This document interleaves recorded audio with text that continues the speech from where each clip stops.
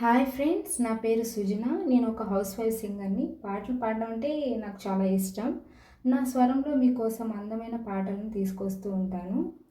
ఓ జాబిలి విన్నావా పాటని, నీ నీడలో కలకాలం సాగని, ఈ అల్లరే మా ఎదకు పండగని, ఈ నవ్వులే మాకు తొలి పున్నమని, చిన్నారి జీవితాలే చిందులేసి ఆడని, వాజాబిలి విన్నావా పాటని, నీ నీడలో కలకాలం సాగని.